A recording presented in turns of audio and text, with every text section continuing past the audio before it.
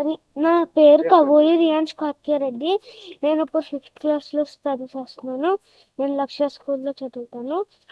ఉమ్, నాకు అది థర్డ్ నాకు థర్డ్ క్లాస్ నుంచి పరిచయం. రైఫిల్ షూటింగ్ స్పోర్ట్ అంటే నాకు చాలా ఇష్టం. అందుకనే అది స్కూల్ నుంచి తీసే తీసేస్తున్నారని అది నాకు ఫోన్ నెంబర్ ఇచ్చారు. నా అకాడమిక్ రారియో అని ఇచ్చారు. అప్పటి నుంచి కొంచెం టచ్గా అయ్యారు.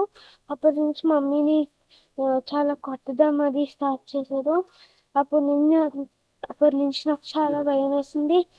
అదేమన్నాడు, నువ్వు ఎవరికైనా చెప్పినా టెర్రరిస్ట్కి ఇచ్చేస్తాను అందరినీ, నువ్వు ఇంకెవరికి చెప్పొద్దు అని అన్నాడు. నాకు చాలా ఇప్పుడు కూడా నాకు చాలా బాధగా ఉంది. అది చాలా పెద్ద పనిష్మెంట్ రావాలి నాకైతే. మమ్మీని కొట్టేది మమ్మీ రోజు కొట్టేవాళ్ళు. మమ్మీ చాలా వేసేది. నాకు చాలా బాధగా ఉంది దాని గురించి. ఇంక అసలు అదంతా చాలా పెద్ద పనిష్మెంట్ రావాలి. డాడీ దగ్గరికి వచ్చాడమ్మా అక్కడికే. డాడీ ప్రోటీన్ షేక్ లో కూడా ఫిజియోథెరపీ సెంటర్ దగ్గర ఏదో కెమికల్ మిక్స్ చేసేసి నా డాడీని కూడా చంపేశారు. నా హోల్ ఫ్యామిలీ అని చేసేసారు. నాకు చాలా పెద్ద పనిష్మెంట్ ఉండాలి. నాకు చాలా బాధగా ఉంది. అది మీకు అసలు అది తోడుంది.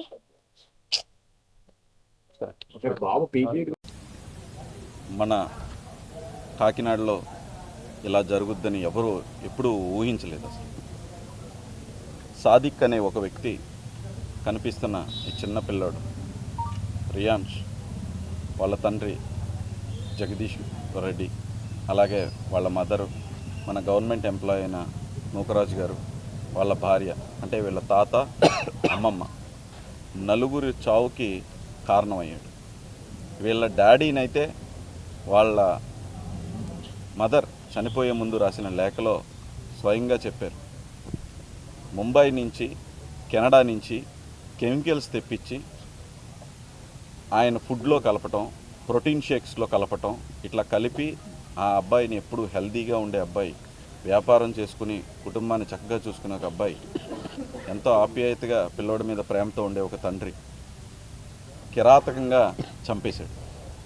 దాంతోపాటు ఆ అమ్మాయిని, వీళ్ళ తల్లిని చిత్రహింసలు పెడుతూ ప్రతిరోజు కొడుతూ, అంటే చనిపోయి అక్కడ హాస్పిటల్లో అడ్మిట్ చేసినప్పుడు కూడా అక్కడికి కూడా వెళ్ళిపోయి మిడ్ నైట్ ప్రోటీన్ షేక్లో ఈ కలిపిచ్చారని స్వయాన ఈ అబ్బాయే చెప్తున్నాడు.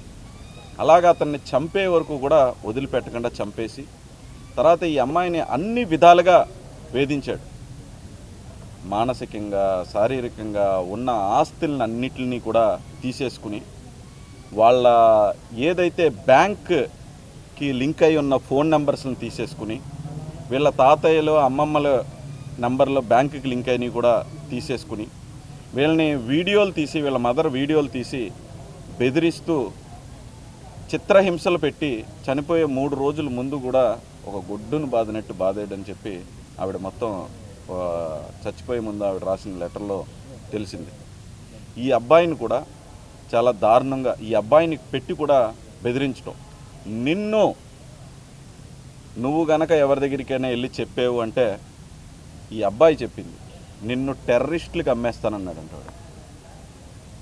ఏంటంటే టెర్రరిస్టులకి తీసుకెళ్ళి అమ్మేస్తాను, నాకు మొత్తం అంతా కనెక్షన్స్ ఉన్నాయి, మీరు ఎవరి దగ్గర చెప్పినా సరే నేను నీ కొడుకుని టెర్రరిస్టుల దగ్గరికి అమ్మేస్తాను అని చెప్పి బెదిరించి ఆ సెల్ ఫోన్లో 24 అవర్స్ ట్రాకింగ్లో పెట్టి టోటల్ ఇబ్బంది పెట్టిన తర్వాత ఆవిడ ఆస్తిని వదిలేసుకున్నారు. కుటుంబాన్ని అంటే హస్బెండ్ని వదిలేసుకున్నారు. తర్వాత చిత్రహింసలకు గురయ్యారు, మానసికంగా బాధపడ్డారు, అన్నిటిని తట్టుకున్నారు. కానీ లాస్ట్కి ఆవిడ రాసింది ఏంటంటే, నన్ను, నా ధర్మాన్ని, హిందుత్వాన్ని మారిపోయి నువ్వు ఇస్లాంకి కన్వర్ట్ అయితే తప్ప నిన్ను వదిలిపెట్టను అన్న దానికి ఆవిడ ఎప్పటి నుంచో చిన్నప్పటి నుంచి గుడికి వెళ్తా మర్యాదపూర్వకంగా పెరిగిన అమ్మాయి అన్నిటికీ వదులుకుంటాకి సిద్ధమైంది. కానీ ఆమె హిందుత్వాన్ని మార్చుకోమంటే మాత్రం తట్టుకోలేక కుటుంబంతో సహా చనిపోవటానికి సిద్ధమయ్యారు. చనిపోయేటప్పుడు ఈ అబ్బాయిని ఎందుకు తీసుకెళ్లారంటే కూడా, బ్రతికుంటే టెర్రరిస్టులకు అమ్మేస్తాడు నా అబ్బాయిని మతం మార్పిడి చేసేస్తాడు, మార్చేసి మారకపోతే టెర్రరిస్టులకు అమ్మేస్తానంటున్నాడు, నా ధర్మాన్ని నేను కాపాడుకోవటం అన్నీ వదులుకున్నాను కానీ నా ధర్మాన్ని నేను వదులుకోను అని చెప్పి నలుగురు చావటానికి సిద్ధమైన తర్వాత ఫస్ట్ ఈ అబ్బాయి వీళ్ళ మదరు దూకారంట. తర్వాత వెళ్ళిన 4 గంటలు తిరుగుతున్నప్పుడు ఈ అబ్బాయి చెప్పింది ఏంటంటే 4 గంటలు ఎవరో ఒక్క మాట కూడా మాట్లాడుకోలేదంటే వీడు ట్రాకింగ్ చేస్తున్నాడు, ఎక్కడైనా తెలుస్తుందేమో అని చెప్పి. తర్వాత వీళ్ళ అమ్మమ్మ తాతయ్య దూకటంతో దూకిన వెంటనే వాళ్ళు కొట్టుకుపోయారు. వీళ్ళ మదరు కొంచెంసేపు ఈదగలిగారు.